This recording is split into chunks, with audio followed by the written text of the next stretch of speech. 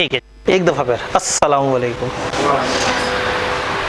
मुझे बताया गया था कि चूँकि ईद की छुट्टियां चल रही थी और हमने बीच में क्लासें वो की हैं, बच्चों में एक फॉल्स एक्सपेक्टेशन थी कि चलो कोई नहीं, हो सकता है ये को 2-3 दिन और ऑफ करके 7 तारीख को शुरू करें। तो उन्होंने कहा था जी आज क्लासें जो है ना वो ज़रा मुश्किल ही लग रही हैं। हमने कहा चले कोई बात नहीं, हिम्मत करते हैं, जो बहुत ही सीरियस बच्चे होंगे वो हमें नज़र आएंगे। तो मॉर्निंग में 1-2 क्लासें तो ऐसी हैं जो कंडक्ट ही नहीं हो सकी बच्चों की अदम दस्तियाबी के बायस।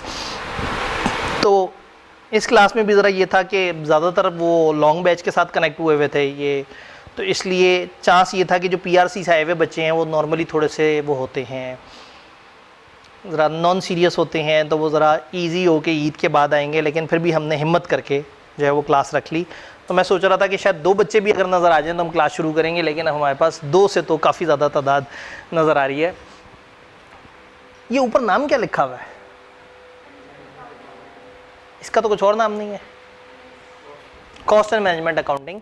ICAP इसे कहता कॉस्ट एंड मैनेजमेंट अकाउंटिंग है, लेकिन मानता मैनेजमेंट अकाउंटिंग है। मैनेजमेंट अकाउंटिंग में चीज़ें प्लानिंग वगैरह की चल रही होती हैं, तो इसलिए मैंने इसका वो नाम, और मज़े की बात है कि ये 2025 की स्कीम में भी इसका नाम मैनेजमेंट अकाउंटिंग ही है। तो अभी से ही ज़रा आपको बड़ी बड़ी सी फीलिंग आना शुरू हो जाए कि हम जो पढ़ रहे हैं वो मैनेजमेंट अकाउंटिंग है। और तो मैं अक्सर इसको बीच में मैनेजमेंट अकाउंटिंग बोला करूँगा कि हमें मैनेजमेंट अकाउंटिंग इस तरह से कहती है, तो आपने हैरान हो के नहीं कहना कि सर ये कौन से सब्जेक्ट का जिक्र कर रहे हैं। तो ये इसका नाम कॉस्ट एंड मैनेजमेंट अकाउंटिंग है, लेकिन आहिस्ता आहिस्ता ICAP ये वाले पोर्शन की तरफ फोकस बढ़ा चुका है और वो वाला पोर्शन का फोकस काफ़ी कम हो गया है। ओरिएंटेशन का मकसद क्या होता है? जब हम डे 1 पे ओरिएंटेशन करते हैं, ये इसको हम बंद कर सकते हैं क्या? चूँकि मेरे ख्याल में ये हवा तो किसी को दे नहीं रहा।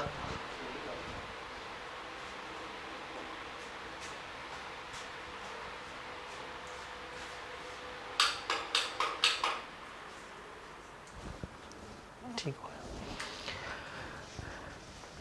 तो ओरिएंटेशन का मकसद होता है एक सब्जेक्ट को हम समझें वो क्या है, उसमें क्या इश्यूज टिपिकली आते हैं, उसका सिलेबस आउटलाइन क्या है, उसका एनालिसिस क्या है, एग्जामिनर के क्या ओवरऑल कमेंट्स रहे हैं, डिफरेंट टिप्स एंड टेक्निक्स क्या हैं जिससे उस पेपर को हम ज़रा ज़्यादा बेहतर तरीके से लेके चल सकते हैं। इस पेपर के बारे में कुछ सुना होगा आपने, कुछ भयानक सा। CMA के बारे में क्या सुना है? कैसा पेपर है? गंदा पेपर है, जल्दी पास नहीं होता। ICAP का बड़ा अजीब सा पेपर आता है, न्यूमेरिकल है, और क्या सुना है? सबसे अहम बात आपने नहीं सुनी भी। हाँ जी, क्या सुना है आपने CMA के बारे में? आप लोगों में से अक्सर लॉन्ग बैच से या कुछ लोग लॉन्ग बैच से? ठीक है, आप लोग लॉन्ग बैच से। अवाम इसका मतलब बहुत ही ज़ोर से गायब है, क्योंकि इस क्लास में 14 बच्चे तो लॉन्ग बैच से एनरोल हैं, तो उनमें से 2 आए हुए हैं, और बाकी जो अदर देन लॉन्ग बैच वाले हैं, तो वो मेरी एक्सपेक्टेशन ये थी कि हमें ज़्यादा बच्चे वो मिलेंगे जो PRC से आए हुए होंगे। बहरहाल क्या सुना है? कुछ तो सुना होगा CMA के बारे में। न्यूमेरिकल है, बस ये सुना है। क्या सुना है? मुश्किल है, पास नहीं होता। आपने क्या सुना है भाई? ठीक है, मैंने महसूस किया, आपने कहा जी ये जो है ना, क्या महसूस किया आपने? एक टाइप ऑफ मुश्किल पेपर आता है ये वाले भाई, बड़ा हेल्पफुल रहेंगे, मुझे बड़ा अच्छा फीडबैक मिलेगा, क्योंकि जब यहाँ डिफरेंट तरीके से पढ़े होंगे तो फिर इन्हें अंदाज़ा होगा कि इन्होंने कॉस्ट में एग्जैक्टली मिस क्या किया है। इस पेपर का सबसे बड़ा अलमिया ये है कि लोग इसे अकाउंटिंग मान लेते हैं। ये आपकी जो FR1 है, FR2 है, इसमें ना फॉर्मेट्स होते हैं कि हाँ ठीक है जी आपने सवाल यूँ शुरू करना है, इस तरह से करना है। फिर स्टैंडर्ड्स होते हैं, स्टैंडर्ड को फॉलो करना इंतहाई वाजिब होता है, अगर नहीं करेंगे तो काम ख़राब हो जाएगा। मैनेजमेंट अकाउंटिंग में इन कॉन्ट्रास्ट ये होता है कि आप अपने हिसाब से फॉर्मेट बना सकते हैं। सवाल आपको समझ आ गया, प्रॉब्लम आपने समझ ली, अब आप उस प्रॉब्लम के सोल्यूशन को अपने तरीके से लेके चल सकते हैं। तो स्टूडेंट यहाँ पे आके थोड़ा सा पजल हो जाते हैं, वो कहते हैं ये क्या बात हुई, ये मतलब इस तरह से भी हो सकता है, उस तरह से भी हो सकता है। जब इतनी ऑप्शन मिलती हैं तो लोग परेशान हो जाते हैं।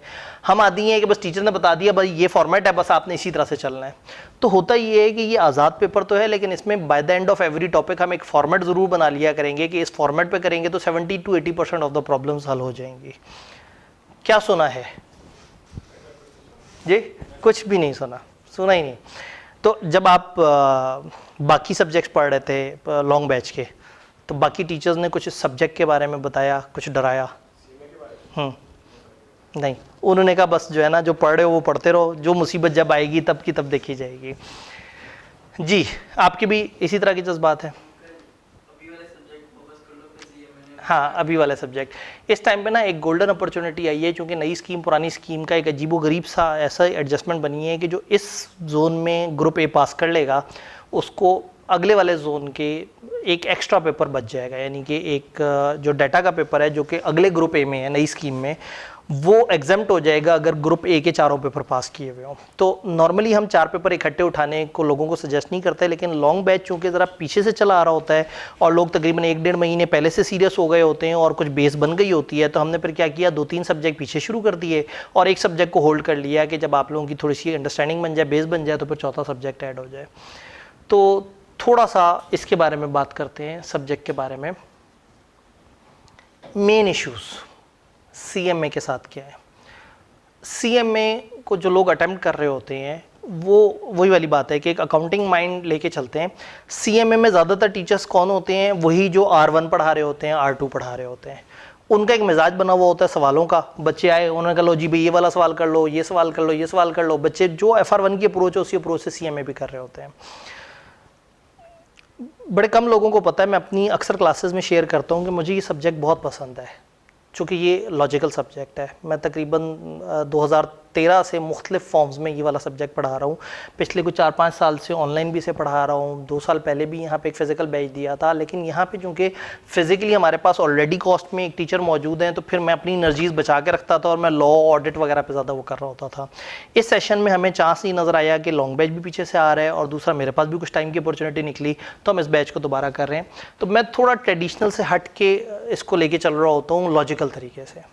यानी इस क्लास में अगर आपको लॉजिकली चीज़ समझ आ गई है तो फिर आपको बहुत ज़्यादा रट्टे मारने की ज़रूरत नहीं है और बहुत ज़्यादा सवाल पे सवाल करने की ज़रूरत नहीं है। शायद आपने सुना हो आजकल सोशल मीडिया पे भी बड़ा ट्रेंड है स्मार्ट अप्रोच।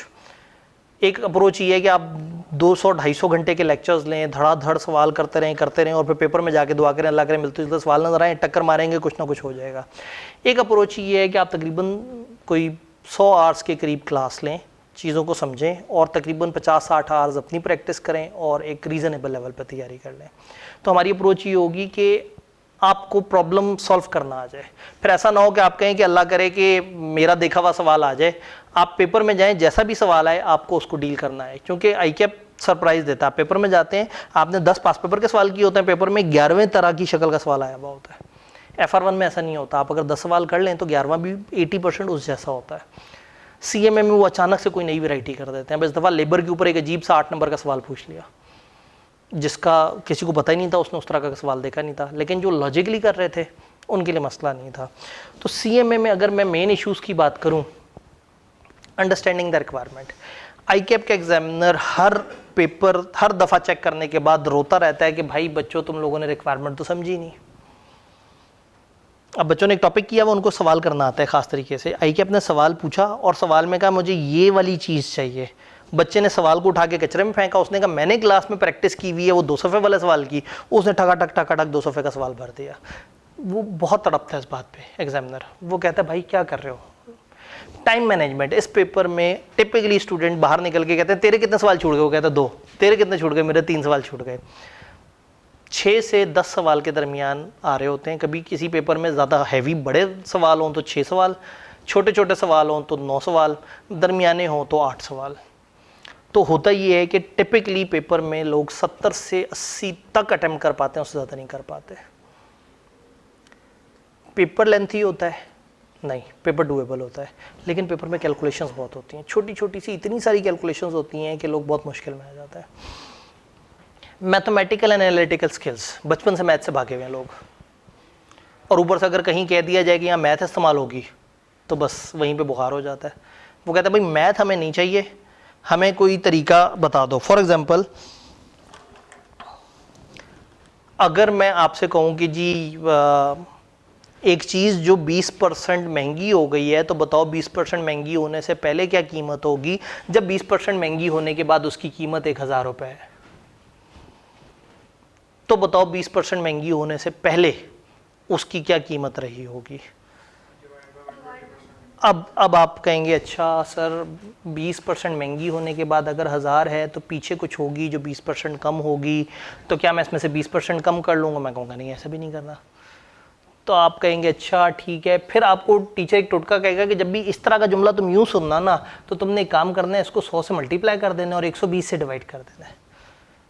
कहेंगे हाँ ये कुछ मज़े मज़े की बात लग रही है। तो आप क्या करेंगे, आप इस तरह का एक रट्टा लगा लेंगे कि जब भी आगे से पीछे आना हो तो ऊपर से 20 निकालने हैं, नीचे 20 ऐड कर देने और कर देना। आपको पता नहीं हुआ क्या है, लेकिन आपने रट्टा लगा लिया। अगर मैं आपसे कहूं कि 30 रुपये प्रॉफिट है और प्रॉफिट कॉस्ट का 20% था, तो बताओ कॉस्ट क्या रही होगी?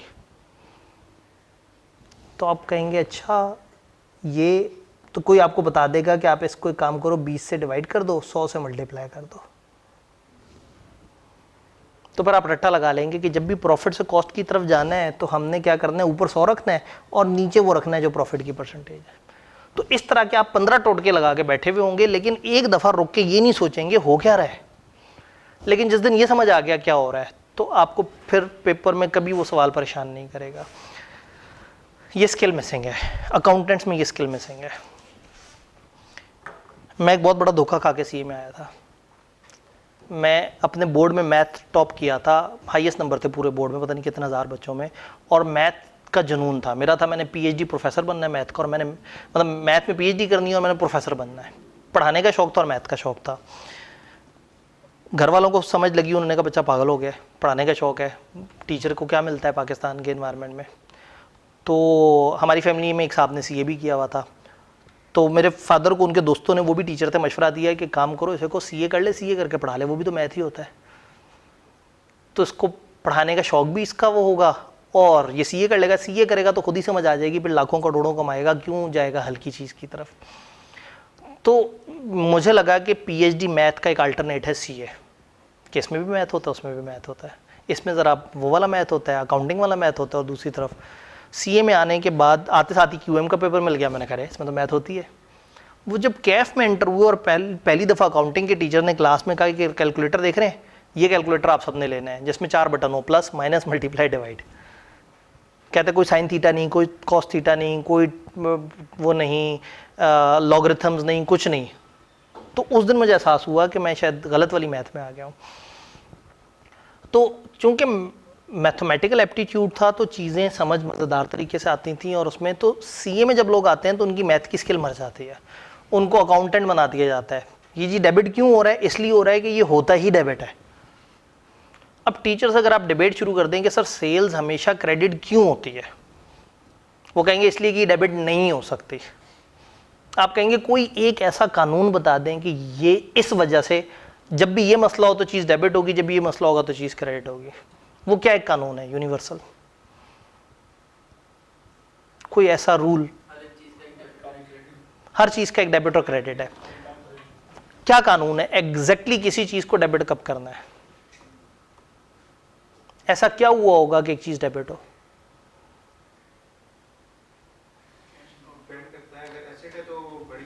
अगर एसेट हो, रट्टा आ गया ना, अगर एसेट होगा, अगर एक्सपेंस होगा, तो ये हमेशा डेबिट नेचर के हैं। बढ़ेंगे तो डेबिट होंगे, कम होंगे तो क्रेडिट। और इनकम हो, लायबिलिटी हो या कैपिटल हो, ये क्रेडिट नेचर के हैं। जब बढ़ेंगे क्रेडिट होंगे। तो स्टार्ट ही रट्टे से हुआ कि मार लो रट्टा, वो 2 चीज़ें हमेशा डेबिट की हैं और वो 3 चीज़ें हमेशा क्रेडिट की हैं। क्यों एसेट बढ़ने पे डेबिट हो रहा है और क्यों इनकम बढ़ने पे क्रेडिट हो रही है? मतलब ये हम किसी चीज़ को अगर हम भूल जाए उन 5 हेड्स को, हम एग्जैक्टली किसी चीज़ को डेबिट क्यों करते हैं? कैश का आउटफ्लो होता है। अब बड़े कम टीचर ये चीज़ बताएंगे। यानी अगर हम मान लें कि हम अकाउंटिंग कर रहे हैं और कुछ चीज़ों में कैश आउट हो रहा है, तो हर वो चीज़ जिससे हमें लग रहा है कि हमारा कैश निकलेगा, हमारे जेब से बाहर निकलेगा, हम उस चीज़ को डेबिट कर रहे होते हैं। एसेट खरीदना है, पैसा जेब से निकलेगा या जेब में आएगा? निकलेगा, तो डेबिट होगा। खर्चा करना है, जेब से पैसा निकलेगा। अच्छा, और रिवर्स कर लें, जब भी जेब में पैसा आएगा तो जिस वजह से आया वो क्रेडिट होगी। तो इनकम से पैसा जेब से निकलता ही आता है, जेब में आता है।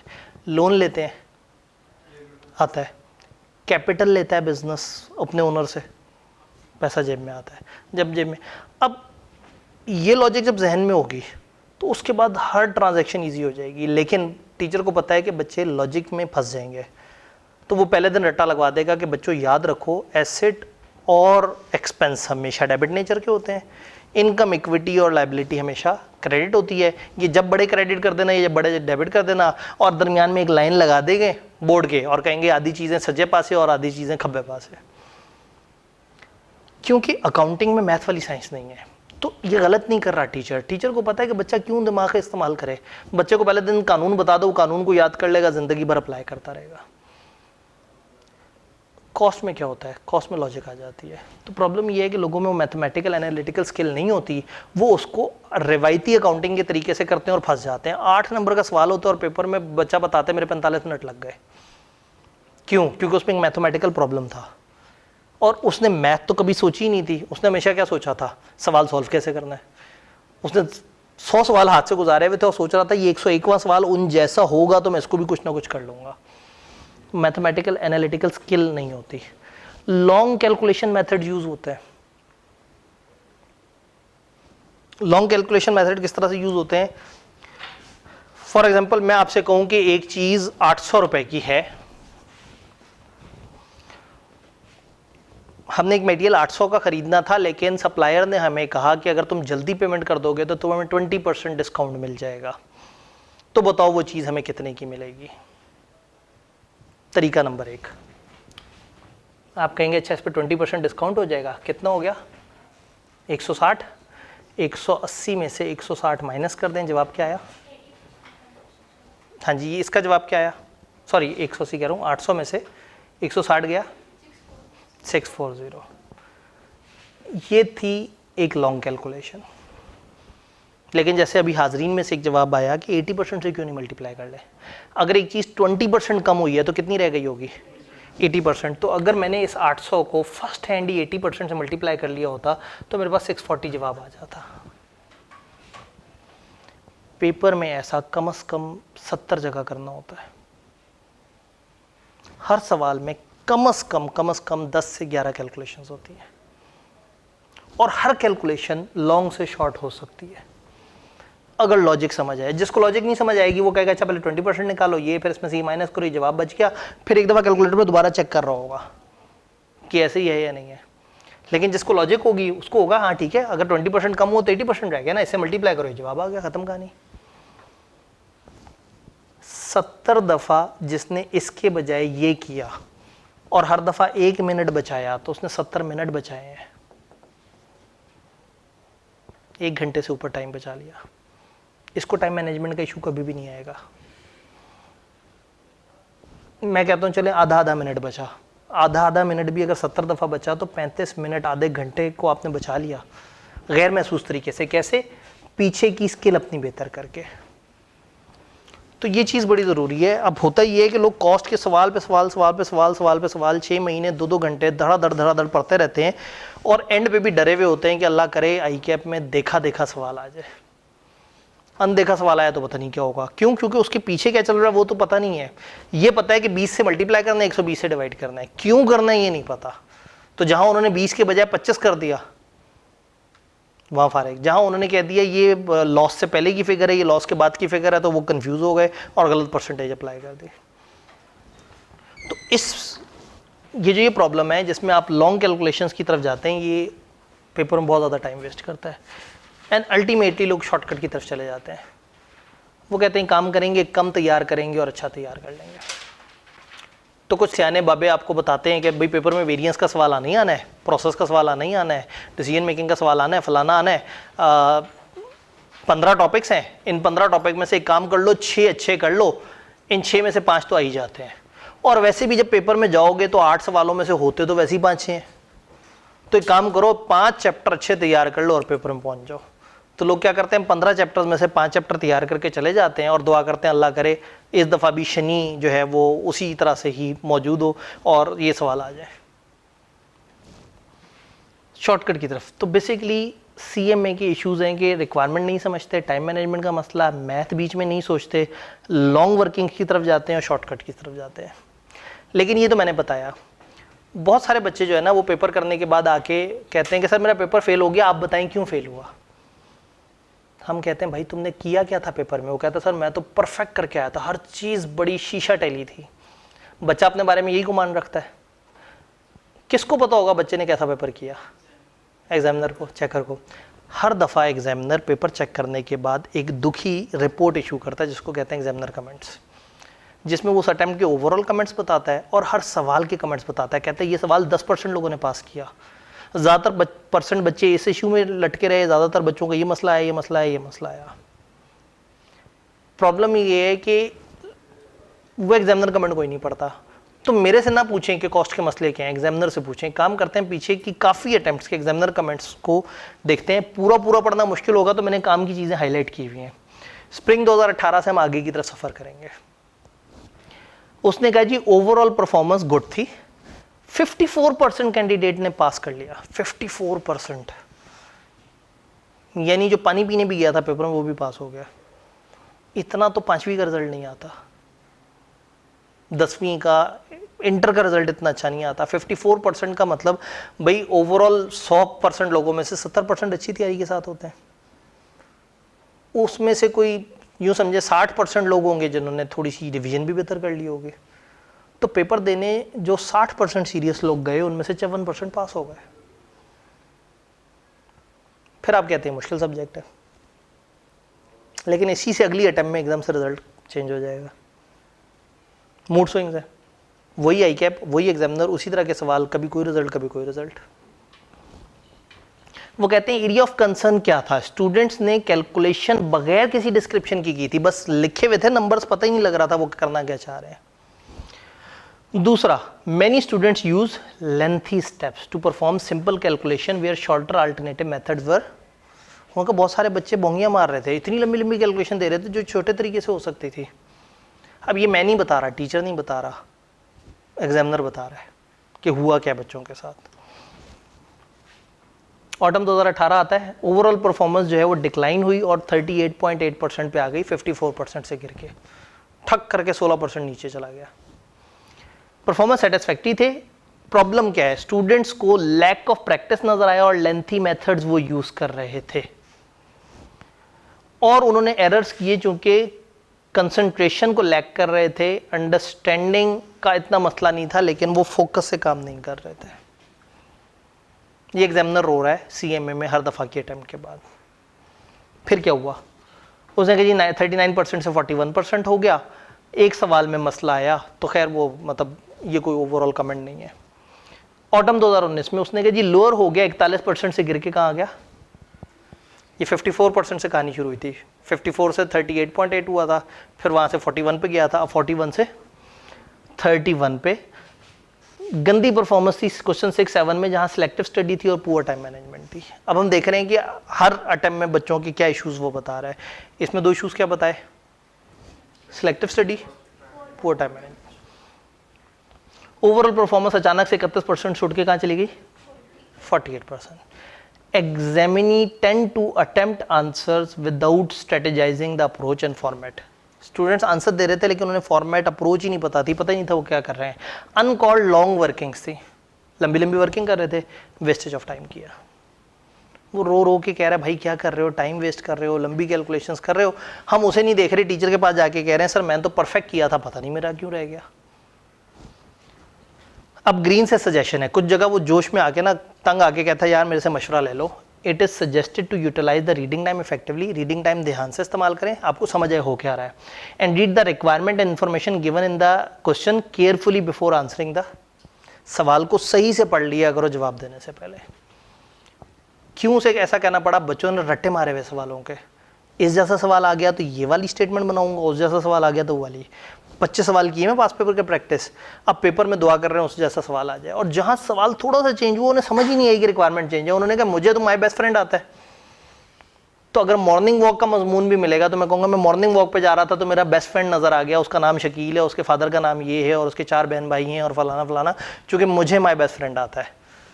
तो टीचर ने तंग आके कहा अच्छा तुम एरोप्लेन पे वो कर दो, या एयर जर्नी के ऊपर तुम ऐसे लिखो। तो उसने लिखा हाँ मैं एक एयर जर्नी करने गया, इस दफ़ा मेरा बेस्ट फ्रेंड मेरे साथ नहीं था जिसका नाम शकील है, जिसके भाई वगैरह, और इस तरह से उसने तंग आगे का उसने कहा भाई तुम्हारे जहाज़ उड़ने तक शकील नज़र नहीं आना चाहिए और जहाज़ के अंदर भी नहीं होना चाहिए। बच्चे ने फिर मजमून लिखा कि जी मैं गया एरोप्लेन में और मेरे दोस्त वहाँ नहीं थे, मैं फिर जहाज़ के अंदर गया, जहाज़ उड़ा, फिर मैं ऊपर से जब नीचे झांका तो मुझे मेरा दोस्त शकील नज़र आ गया और आगे माय बेस्ट फ्रेंड शकील लिख दिया। अब प्रॉब्लम क्या है कि आपने जब रट्टा मारा हुआ है माय बेस्ट फ्रेंड शकील का, तो आपको सवाल जो भी देंगे आप उसकी टांग तोड़ के कहाँ लेके आएंगे, माय बेस्ट फ्रेंड पे, और जो मांगा ही नहीं है। ICAP इस चीज़ पे उलझ रहा है, वो कह रहे हैं मुझे तो समझो, मैं तुमसे पूछ रहा हूँ ये रिक्वायरमेंट दो, तुम अपना रटा रटाया जवाब दे रहे हो। क्यों होता है? क्योंकि सवालों को रट्टे मार लेते हैं। तकलीफ भी ज़्यादा, 25 सवाल करेंगे, बार बार करेंगे और दुआ भी करेंगे कि अल्लाह करे पेपर में मुआवजा हो जाए। अगर वो 25 सवाल करने के बजाय पहले अप्रोच सोची होती है और सिर्फ 5 सवाल किए होते हैं, पेपर में कॉन्फिडेंट भी होते और पेपर भी बड़ा अच्छा करते हैं। ये बड़ा मज़े का पेपर है। तकरीबन 2-2.5 साल पहले ICAP ने इसकी रिवीजन कोर्स के लिए बुलाया था, 5 डेज़ का था। हमने 5 डेज़ में पूरे सिलेबस को बड़ी तेज़ी से कवर किया और दे वर वेरी हैप्पी कि पहली दफ़ा कॉस्ट अकाउंटिंग को किसी ने लॉजिकल तरीके से भी डिस्कस किया है। तो मैं उन बड़े कम लोगों में से हूँ जो इस सब्जेक्ट पे ज़रूरत से ज़्यादा मेहनत का कायल नहीं है, जिस वजह से लोग कहते हैं नहीं नहीं वो अकाउंटिंग के टीचर अच्छे होते हैं जो बस सवाल पे सवाल धड़ाधड़ कराते रहते हैं। तो मेरी कोशिश होगी कि आप लोगों के अंदर स्किल डेवलप हो, लेकिन जहां आपको सेशन के बीच में लगे कि नहीं सर आप हम पे ज़्यादा भरोसा कर रहे हैं, आप हमें भी रट्टे लगवाएं, तो मैं आपको रट्टे भी लगवा सकता हूँ। लेकिन मेरी पहली कोशिश होगी कि आपको अगर लॉजिकली समझ आ जाए तो कॉस्ट हंसते खेलते हमारा निकल जाएगा।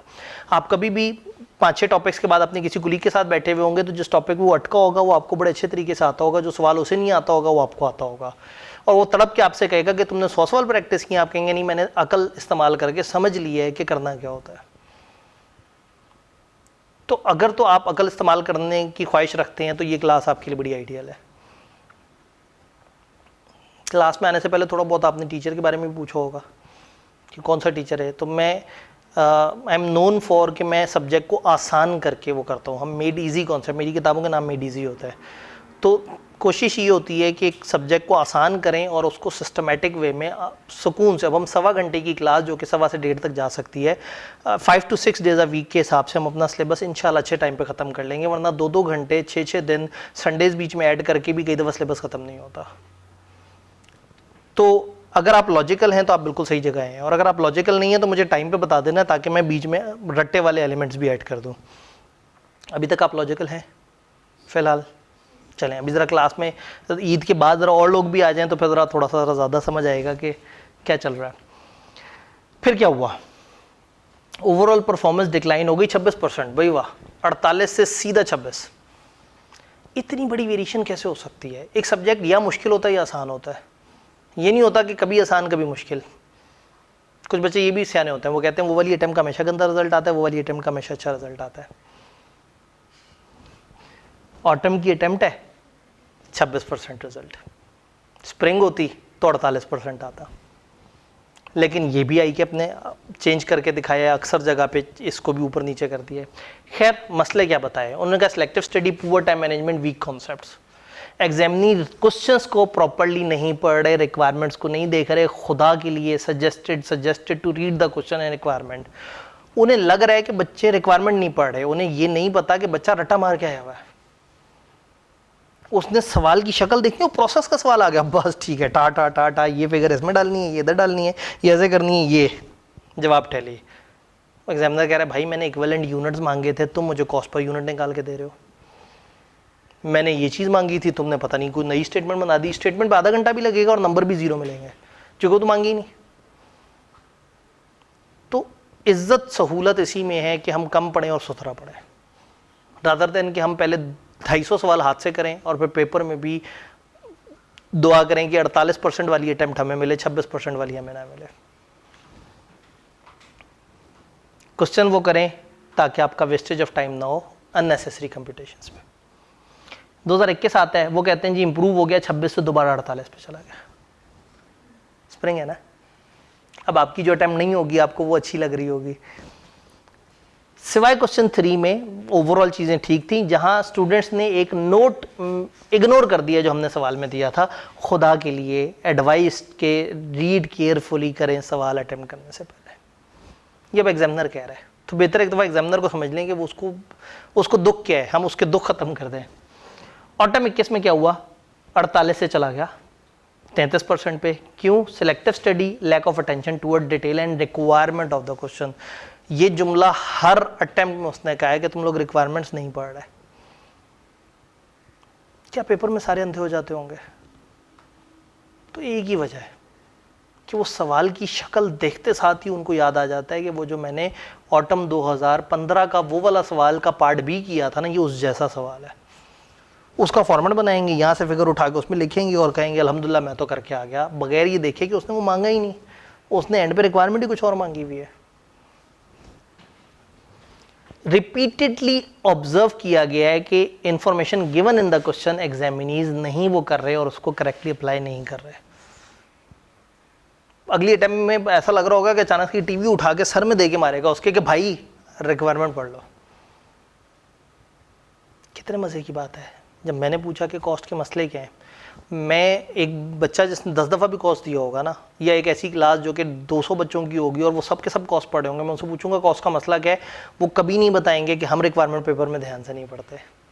कहेंगे सर मुश्किल पेपर आता है, अजीब सा पेपर होता है, टाइम मैनेज नहीं होता। और उसको नहीं सुन रहे जो बेचारा रो रहा है कि तुम लोग कर क्या रहे हो, तुम्हारा टाइम मैनेज हो क्यों नहीं रहा। इट इज सजेस्टेड कि question should be read more carefully and syllabus coverage should be improved। याद रहेंगी बातें। स्प्रिंग 22 परफॉर्मेंस 40% पे चली गई, 33 से 40 पे चली गई। मेन शॉर्टकमिंग्स क्या थी? न्यू कमर आंसर स्क्रिप्ट में selective study and lack of practice. Advice कि आप पूरा सिलेबस पढ़ो और प्रैक्टिस करो सारे कॉन्सेप्ट्स को। ऑटम 22 आती है, ओवरऑल परफॉर्मेंस डिक्लाइन कर गई, पिछली बार 40 थी और अब 36 हो गई, थोड़ा सा ही फर्क है। Lack of grip on basic concept observe हुआ और एक्सेसिव टाइम लोगों ने इजी और स्ट्रेट फॉरवर्ड क्वेश्चंस पे लगाया, वेस्टेज ऑफ टाइम हुआ और वो कंप्लीट नहीं कर सके पेपर। नहीं जी, स्प्रिंग अटेम्प्ट 55% पे चली गई। ये कोई बहुत ही मोतबर अटेम्प्ट होती है। एग्जामिनी आंसर्स को अटेम्प्ट करते हैं विदाउट स्ट्रेटेजाइजिंग। चले मैं ये भी बता देता हूँ ये स्प्रिंग और ऑटम की क्या कहानी है। आप पीआरसी से फ्री होके आते हैं ना, तो आप तकरीबन मार्च वगैरह में बैठे हुए होते हैं। बच्चे क्या करते हैं, लॉन्ग बैच नहीं, रेगुलर बच्चे, वो अप्रैल में उठा लेते हैं 4 पेपर जिसमें कॉस्ट भी होता है, और पेपरों के करीब जाके उन्हें एहसास होता है कि उन्होंने बोंगी मारी थी, इतना टाइम नहीं था जितने उन्होंने सब्जेक्ट उठा लिए थे। उस टाइम पे वो बेदिली से कॉस्ट का पेपर जाके दे देते हैं। तैयारी FR1 की अच्छी होती है, लॉ की अच्छी होती है, टैक्स की अच्छी होती है, और कॉस्ट को कहते हैं यार तुक्का लगाते हैं शायद लग जाए। जबकि स्प्रिंग अटेम्प्ट में देने वाले वो होते हैं जिन्होंने इरादतन कॉस्ट उठाया होता है। तो इस वजह से अच्छा, फिर ऑटम अटेम्प्ट में ज़्यादा आवाम अपीयर होती है ग्रुप ए में, स्प्रिंग में कम होती है। तो जब 8000 बंदा पेपर देता है तो उसमें से 3000 भी पास हो तो वो परसेंटेज बहुत अच्छी नहीं बनती, और जब अपीयर ही 2500 हुआ हो, 3000 हुआ हो, तो उसमें से 1500 भी बहुत अच्छी वो बन जाती है। तो ये वजह भी है। एग्जामिनी ने आंसर बगैर स्ट्रेटेजाइज करके किया और अननेसेसरी लॉन्ग वर्किंग में टाइम वेस्ट कर दिया। ऑटम 23, अब थोड़ी सी अटेम्प्ट्स रह गई हैं, ज़्यादा उकताई तो नहीं बैठे, उसको तो सुनना है ना जो बेचारा हर दफ़ा रो रहा है, और जिसने इस दफ़ा हमारा पेपर चेक करके भी रोना है। सिलेक्टिव स्टडी, अच्छा क्या हुआ जी,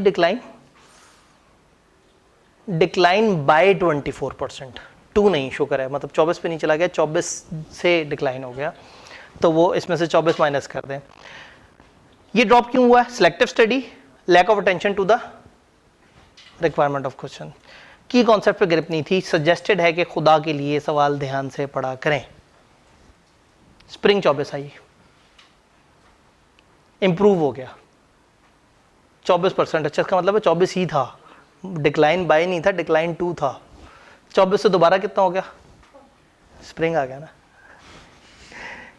विदाउट अ क्लियर स्ट्रेटेजी लोग आए, अननेसेसरी लेंथी कैलकुलेशन की और वेस्ट ऑफ टाइम किया। फिर क्या हुआ, ऑटम 24 आया, उन्होंने कहा पिछले सेशन जैसी ही परफॉर्मेंस थी, इम्प्रूव हो गई है। अटेम्प्ट कौन सी है? स्प्रिंग। ऑटम में रिजल्ट खराब आ रहे थे, पिछले ऑटम में बेहतर हो गए। वो मिथ खत्म हो गई, ऑटम का रिजल्ट अच्छा वो बुरा, और तो इसका मतलब है कि अब चीज़ें बेहतरी की तरफ जा रही हैं। स्प्रिंग अटेम्प्ट के अभी एग्जामिनर कमेंट्स अवेलेबल नहीं है। जो स्प्रिंग में भी अटेम्प्ट हुई है, अभी तो बच्चों के पेपर चेक हो रहे हैं, चेक होने के बाद वो बेचारा दुखी होकर अपना खत लिखेगा, वो फिर वेबसाइट पे आएगा, तो उस वक्त पता लगेगा। अगर बीच में मौका मिला तो हम उस पेपर का भी एग्जामिनर कमेंट डिस्कस कर लेंगे। तो मैं आपको दोबारा से वो शीट याद करा दूं कि what are main issues of CM में। Understanding the requirement, time management, long calculation methods, shortcut selective study, और जो मैंने पांचवा फिट किया that is mathematical analytical skill. जो एग्जामिनर को आंसर तो समझ आ रहे हैं कि बच्चों ने गलत लिखे हैं, उसे समझ नहीं आ रहा कि ये लॉन्ग टाइम क्यों लगा रहे हैं। इसलिए लगा रहे हैं कि वो जो पीछे छोटी छोटी सी मैथ है वो कवर नहीं हो रही। तो आपको बड़ी हैरत होगी जब हम कॉस्ट अकाउंटिंग को देर से पढ़ना शुरू करेंगे और पहले हम मैथ समझेंगे। हम थोड़ा सा टाइम मैथ पे लगाएंगे और मैं वो छोटे छोटे छोटे छोटे से अल्फ़ाबेट्स बेहतर करूंगा।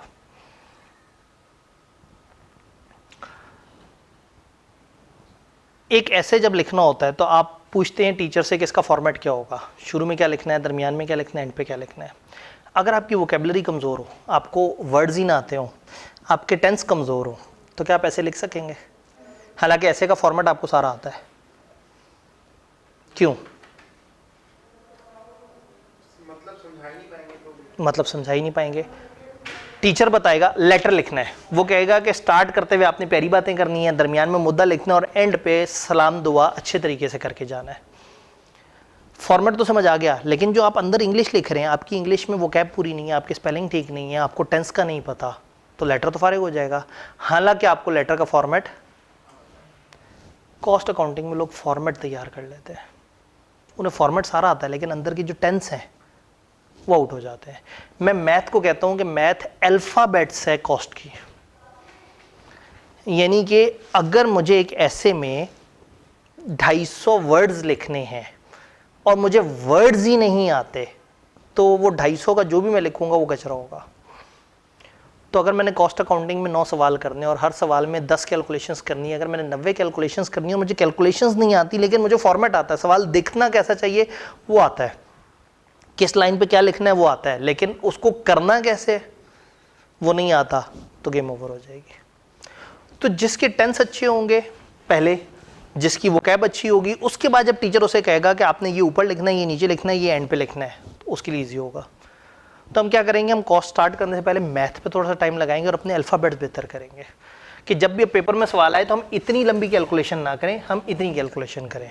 हम ये 100 और 120 की मन तक में ना पढ़ें, हम सिंपली इसको 1.2 से डिवाइड कर दें। जब हम इस पॉइंट पे आ गए ना, तो फिर पेपर के अंदर हमारे लिए बड़ा इजी हो जाएगा। पेपर में आई कैन आइडेंटिफाई कुछ ऐसे सवाल जिसमें 35 दफ़ा आपने कैलकुलेशन करनी होती है, और 35 दफ़ा जब आप कैलकुलेटर पकड़ के कैलकुलेशन करते हैं तो 1 घंटा वो सवाल ले जाता है, जो होता 12 नंबर का है। लेकिन अगर आपने शॉर्ट मेथड समझे हुए हैं तो आप 20 मिनट में वो ख़त्म कर सकते हैं। तो थोड़ी सी डिफरेंट अप्रोच होगी हमारी इंशाल्लाह। तो जिन्होंने रिपीट करना है कॉस्ट, उनको भी मज़ा आएगा, क्योंकि कॉस्ट हम लॉजिकल तरीके से लेके चल रहे होंगे। तो इंशाल्लाह ताला आपको एहसास होगा कि आप सही क्लास में आए हैं। हमारा बड़ा अच्छा थ्रू आउट कॉस्ट का रिजल्ट है, लेकिन वही वाली बात है कि मेरे ऊपर छाप थ्योरी वाली ज़रा ज़्यादा लगी हुई, बहुत ज़ोर की। और दूसरा, हम अपने कॉलेज में कोशिश ये होती है कि मैं सिस्टम को सपोर्ट करूँ रादर देन मैं अगर बीलॉ का एक एक्स्ट्रा बैच दे दूंगा तो उससे कॉलेज को फ़ायदा है। सीएमए जब ऑलरेडी चल रहा है तो मैं सीएमए में एक दूसरा बैच दे के वो जो अपना आर डिस्टर्ब करना है वो आर किसी और क्लास में लगा के कॉलेज को ज़्यादा फ़ायदा दिया जा सकता है। तो कुछ कमर्शियल मजबूरियों की वजह से कॉस्ट नहीं उस तरह से दे पा रहा होता था, तो इस दफ़ा थोड़ा सा टाइम में भी मार्जिन था, कम्बिनेशन भी ऐसा बन रहा था। फिर आप लोगों के वो जो लॉन्ग बैच वाला चक्कर था उसमें भी 3 क्लासें चल रही थी, और ये था कि चौथी क्लास थोड़ी सी गैप से रखें, तो फिर एक आइडियल टाइम बन गया, तो हमने दोबारा से सीएमए का बैच दे दिया। तो ये ऑनलाइन चल रहा था पिछले काफ़ी अरसे से, और फिज़िकली ये तकरीबन 2 साल बाद फिर से हो रहा है।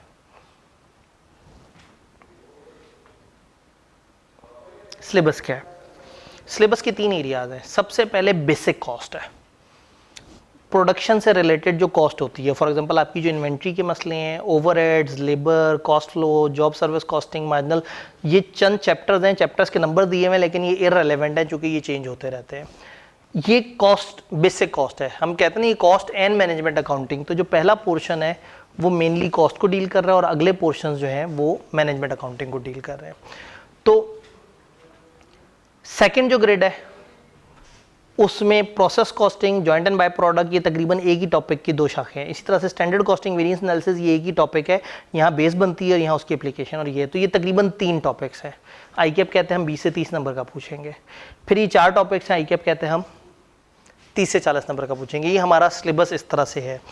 अगर मैं इसको देखूँ जो 2021 की स्कीम के मुताबिक स्प्रिंग 25 तक जो अटेम्प्ट्स हुई हैं उसमें क्या रहा, ये टॉपिक्स आईकेएप ने कहा था हम पूछेंगे 35 से 45% और 35, 35, 35, 35, 31, 31, 33, यानी पिछली 4 अटेम्प्ट से तो वो बहुत कंसिस्टेंट है। 35 से 45 में उन्हें लगता है कि हम आगे ज़्यादा फोकस करें, इसकी जो लोअर साइड है वो उसको अवेल कर रहे हैं। तो जो बेस कॉस्ट वाले कॉन्सेप्ट हैं यहाँ से, और इधर भी आप देखें तो ज़्यादा रश कहाँ नज़र आ रहा है, ऊपर के 3, इधर से ज़्यादा है। यानी कि अब ये जॉब एंड सर्विस कॉस्टिंग उसने इतनी अटेम्प्ट्स में एक दफ़ा पूछा, कॉस्ट फ्लो एंड प्रोडक्शन पूछा ही नहीं, क्योंकि उन्हें लगता है ये इतने बच्चों वाले इतने बेसिक कॉन्सेप्ट्स हैं कि FR1 में कवर हो जाता है, इसमें एंट्री है ज़्यादातर।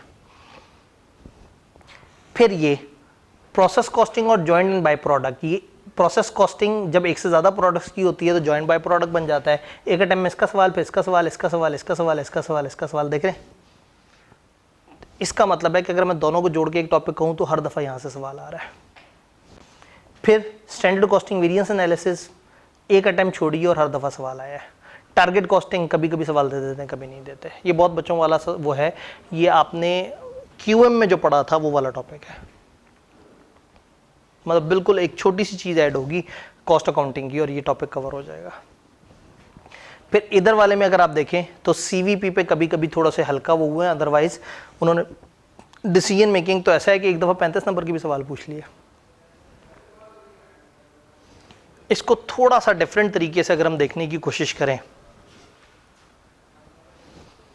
कोई सब्जेक्ट पढ़ें और रिसर्च से पढ़ें तो फिर मज़ा भी आता है ना। 57% of the paper on average in 4 topics में से आ रहा है।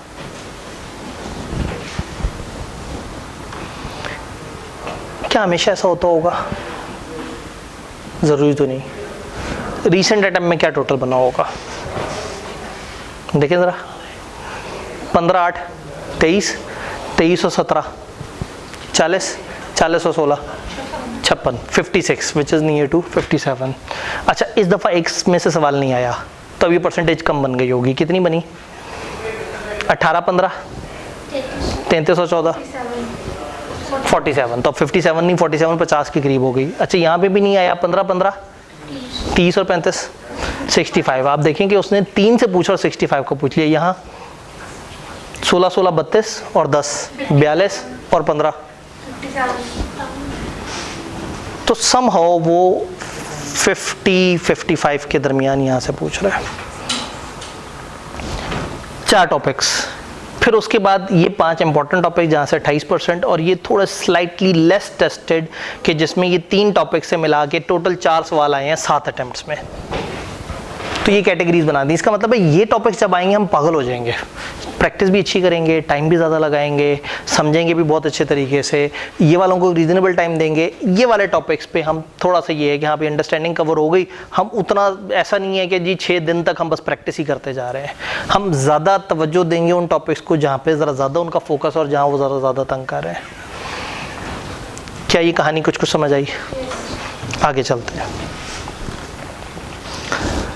स्टडी मटेरियल क्या होगा? हमेशा एक मिथ होती है जी किताब।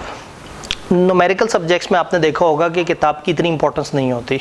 टीचर आपको सवाल करवा रहा होता है इस तरह से करके, तो होगा ये कि हमारा स्टडी मटेरियल होगा आईकेएप के पास पेपर्स, एक किताब अवेलेबल होगी जिसमें आईकेएप के पास पेपर्स, उसके solution, marking theme, examiner comments होंगे, वो होगी हमारे पास एक्स्ट्रा प्रैक्टिस के लिए, वो मेन कोर्स नहीं है।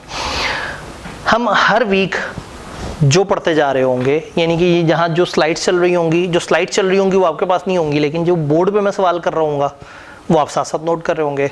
तो टेक्निकली आपका रजिस्टर सपोर्टेड बाय जो एक्स्ट्रा स्लाइड्स की आपको कॉपीज़ मिलेंगी, ये आपका स्टडी मटेरियल बन जाएगा। सेशन एंड तक अगर आप कंपाइल ना कर सके होंगे तो सेशन एंड पे हम एक दफ़ा उस वक्त तक की जितनी अपनी स्लाइड हैं सबको अरेंज करके और आपके हवाले कर देंगे,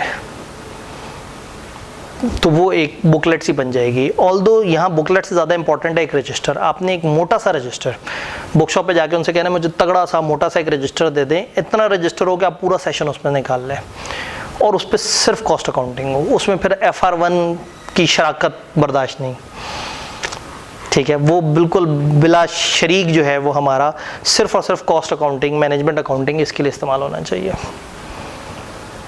तो फिर क्या होगा, उसमें जैसे एक लेक्चर हुआ तो आप ऊपर लिखेंगे लेक्चर 1 या एक लेक्चर का नाम लिखेंगे या अपना तारीख लिख देंगे कि ये वाली तारीख, और जो मैं करा रहा हूँ सामने वो साथ साथ आप नोट कर रहे हैं। फिर मैं आपको कभी कभी होमवर्क दूंगा, आप घर जाके वो सवाल करेंगे, तो उसी तरतीब में आपका रजिस्टर एक पूरा वो बन जाएगा। तो अब आपने जब भी कोई टॉपिक रिवाइज करना होगा तो आपके अपने रजिस्टर में वो सारे तरतीब से चीज़ें आ रही होंगी। क्लियर? जो आप में से बहुत ज़्यादा सियाने बच्चे होंगे वो क्या करेंगे, जब हम स्लाइड्स की सॉफ्ट कॉपी आपको देंगे तो हो सकता है आप यहाँ पे जाएं चाचा जी के पास, ही जो बुक शॉप वाले हैं, उनसे कहेंगे जी मुझे ये 17 सफ़े पर वो कॉपीज़ निकाल दें, वो निकाल दें। तो हो सकता है आपने जहाँ सवाल का सोल्यूशन किया है उसके टॉप पे पहला सफ़ा स्टेपल कर देंगे, हाँ भाई ये सवाल था, सवाल फॉर एग्जाम्पल सवाल यहाँ शो हुआ होगा और मैं वहाँ आंसर आपको करा रहा हूँ, तो आपने अपने पास जो लिखा हुआ आंसर है उसके शुरू में सवाल स्टेपल कर लिया, तो आपका अपना रजिस्टर अलॉन्ग विद वो वाली स्लाइड्स एक पूरी किताब बन जाएगी। और सेकंड किताब होगी हमारे पास ICAP के पास पेपर्स की प्रैक्टिस वाली, जिसमें 2009 से लेके तकरीबन 2023-24 तक के सारे सवाल with solution, with examiner comment, with marking scheme मौजूद होंगे एक्स्ट्रा प्रैक्टिस के लिए। कि कई को टॉपिक खत्म होने के बाद एक्स्ट्रा प्रैक्टिस करनी है तो मैं कहूँगा हाँ भैया वो स्प्रिंग वाला सवाल निकालते हैं, फलाना सवाल निकालते हैं, तो वो हमारे पास एक एक्स्ट्रा किताब होगी। अदरवाइज यहाँ स्टडी मटेरियल इज़ बेसिकली आपकी स्लाइड्स। ICAP की किताब में जहाँ जहाँ थ्योरी थी, जहाँ जहाँ कोई मज़े का मैप था, जहाँ जहाँ अच्छी एग्जांपल थी, वो मैंने सारी क्लिपिंग्स उठा के अपनी स्लाइडों में डाली हुई हैं। तो अचानक से एक स्लाइड आएगी जिसमें क्लिपिंग बनी होगी, टेबल सा बना होगा जो मैंने ICAP की किताब से उठाया होगा। तो ये जो मेरी स्लाइड्स हैं ये समझें ICAP की किताब का समराइज वर्जन होगा जो वहाँ पर काम की इन्फॉर्मेशन आपसे शेयर करने वाली थी। बाकी उधर भी पास पेपर सवाल सॉल्व हुए हुए होंगे, तो वो सोल्यूशन आपको देने के बजाय वो सोल्यूशन क्लास में हम करेंगे, तो आपका अपना रजिस्टर बन जाएगा। तो जो साथ साथ चल रहा होगा क्लास को उसका फ़ायदा होगा, जो पीछे रह जाएगा। ये इतनी मुश्किल क्लास नहीं है, ये 2-2 घंटे 2.5 घंटे वाली क्लास नहीं है, ये 7-7 दिन वाली क्लास नहीं है, इसमें आपको इतनी तकलीफ़ नहीं फील होगी। अभी तो हम स्टार्ट थोड़ा सा अनइवन टाइम पे कर रहे हैं ईद की वजह से, अदरवाइज़ अगर ये मंडे से स्टार्ट हो रहा होता तो हम हर हफ्ते का एक पैटर्न रखते कि हर हफ्ते के एंड पे एक टेस्ट हो रहा हो और साथ ही टेस्ट की डिस्कशन भी उसी दिन हो जाए। तो वो अभी हम नहीं कर सके, कोई बात नहीं है, हम अगले वीकेंड पे हम उस तरह से टेस्ट कर लेंगे, आप भी थोड़ा सा फ्लो में आ जाएंगे और कुछ इस क्लास की असली अटेंडीज भी हमें ज्वाइन कर लेंगे शायद। ओवरऑल टिप्स टेक्निक्स क्या करें, इस पेपर को बेहतर बनाने के लिए हम क्या कर सकते हैं, आपसे क्या एक्सपेक्टेड है।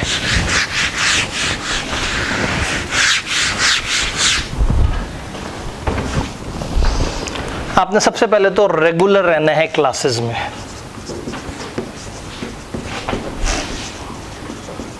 क्योंकि फॉर एग्जांपल अगर आपने पहला लेक्चर मिस कर दिया और अगले दिन मैं कहूँगा याद करें वो जो कल हमने ऐसे किया था बताएं, और मैं यहाँ लिख रहा हूँगा, तो बहुत सारे लोग मुंह देख रहे होंगे कि पता नहीं क्या बात हो रही है।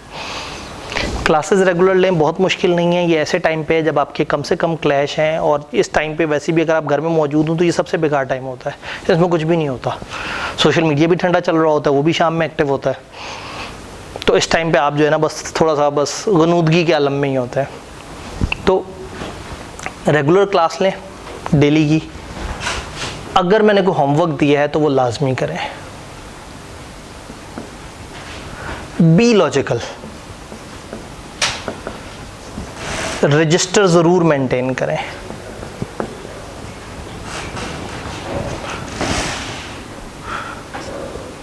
और रीड ओनली नहीं करना, डू प्रैक्टिस। मैंने एक सवाल सॉल्व कराया क्लास में, ठीक है, 3-4 दिन बाद आपने कहा जरा मैं देखूं तो सही सवाल कैसे सॉल्व होता है। तो सवाल पे आके उसे पढ़ना नहीं है, सवाल को करना है और अपने किए हुए को कंपेयर करना और देखना है कि कहाँ गलती हुई है। न्यूमेरिकल सब्जेक्ट है, ये पढ़ के नहीं होता, ये करके होता है। देन वीकली टेस्ट देने हैं।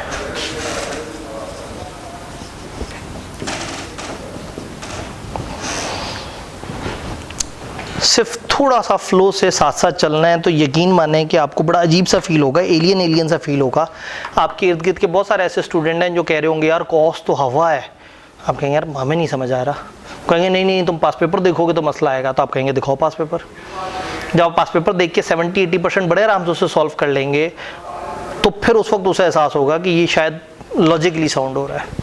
और अगेन मैंने आपको कहा कि जहाँ आपको लगे कि नहीं है सर बहुत ही अजीब सी बात कर रहे हैं, लॉजिकल साउंड होने वाली, तो मुझे ब्रेक लगा देनी है, कहना सर हम रट्टे वाले हैं, हमें फॉर्मेट बताएं, हम उसे रट्टा लगा लेंगे।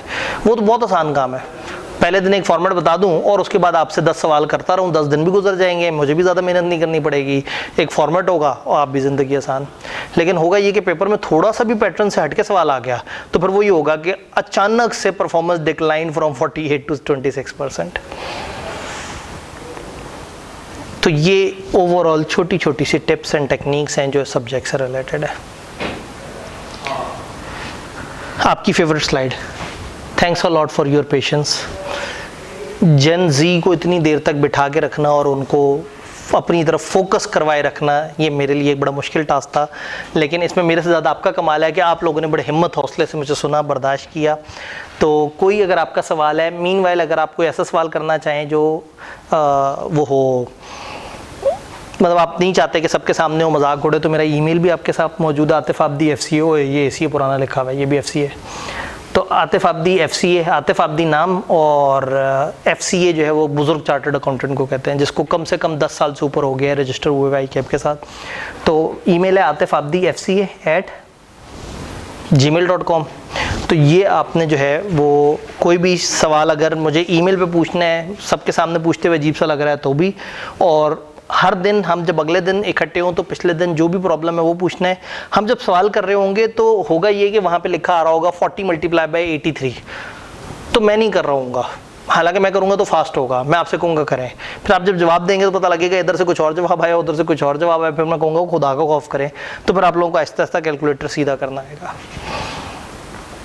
छोटी छोटी सी टेक्निक्स हैं, पता है ऑल्दो थोड़ा सा अजीब सा लगता है, लेकिन अगर आपको उल्टे हाथ से कैलकुलेटर चलाना आ जाए तो आप पेपर में आधा घंटा बचा सकते हैं। अजीब सी बात नहीं करती?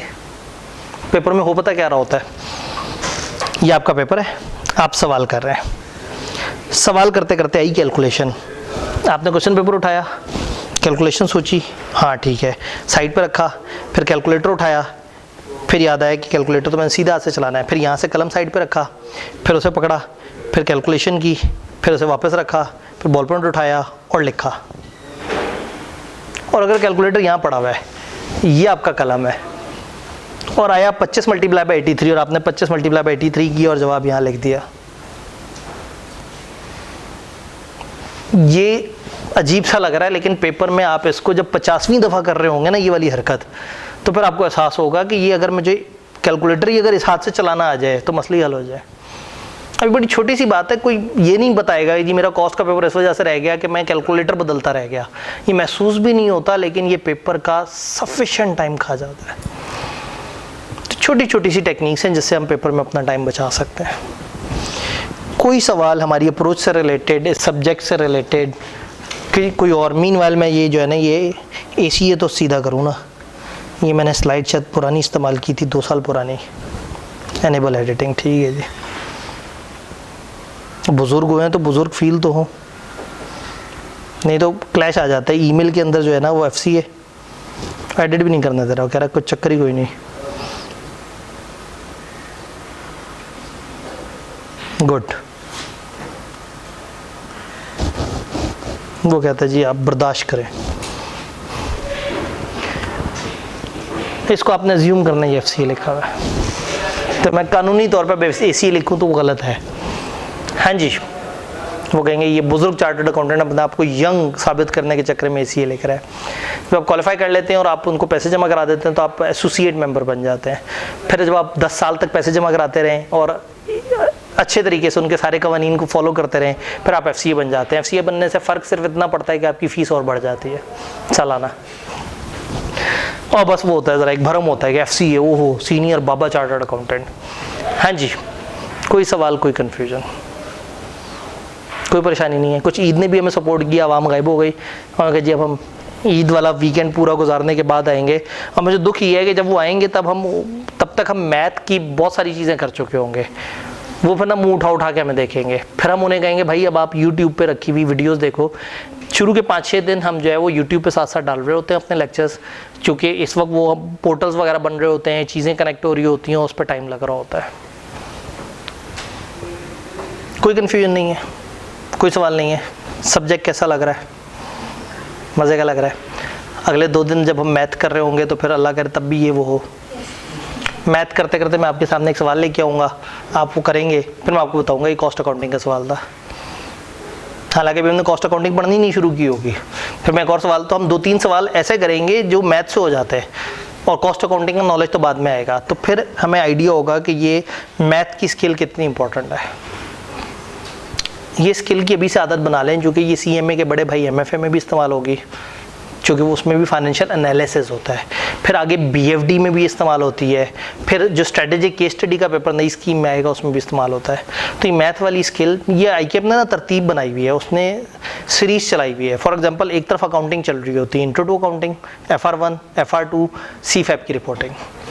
इसी तरह से लॉ चल रहा होता है, B लॉ, फिर C लॉ, फिर फाइनल का कॉर्पोरेट लॉ। इसी तरह से ये मैथ वाली सीरीज़ चल रही होती है, QM, CMA, MFA, BFD। लेकिन प्रॉब्लम ये है कि लोग जो फाइनेंशियल अकाउंटिंग वाले टीचर हैं उन्हीं को ही कहते हैं कि ठीक है यही हमें कॉस्ट अकाउंटिंग में कराएं। कॉस्ट अकाउंटिंग मैथ वाली अकाउंटिंग है। लेकिन अगर हम FR1 की तरह से उसे करेंगे तो बस फिर वो ये होगा कि पेपर में एग्जामिनर ये कहेगा बच्चों को सवाल समझ नहीं आया, बच्चे खुद ही से कुछ करी जा रहे थे। All done? पक्का? ठीक है। उन्होंने कहा हम इससे ज़्यादा बर्दाश्त नहीं कर सकते, 1 घंटे आपने तकरीर कर ली। तो कल जो है आपने कैलकुलेटर साथ लेके आने हैं और वो रजिस्टर हो सके तो as early as possible purchase कर लें, ताकि हम अपना ऑफिशियली पढ़ना शुरू कर दें। तो हम आगे 1-2 दिन या 2-3 दिन तक हम मैथ अपनी सीधी करते रहेंगे। उसके बाद किसी भी सवाल में मैथ आएगी तो फिर मुझे टेंशन नहीं होगी। मैं किसी भी चीज़ को मैं कहूँगा लो भाई 1.2 से मल्टीप्लाई करें, 3.4 से डिवाइड करें, तो आपको फ़ौरन से समझ आ जाएगा कि इसका क्या मतलब है। ठीक है, मिलते हैं इंशाल्लाह ताला कल एक नए जज्बे और जोश के साथ।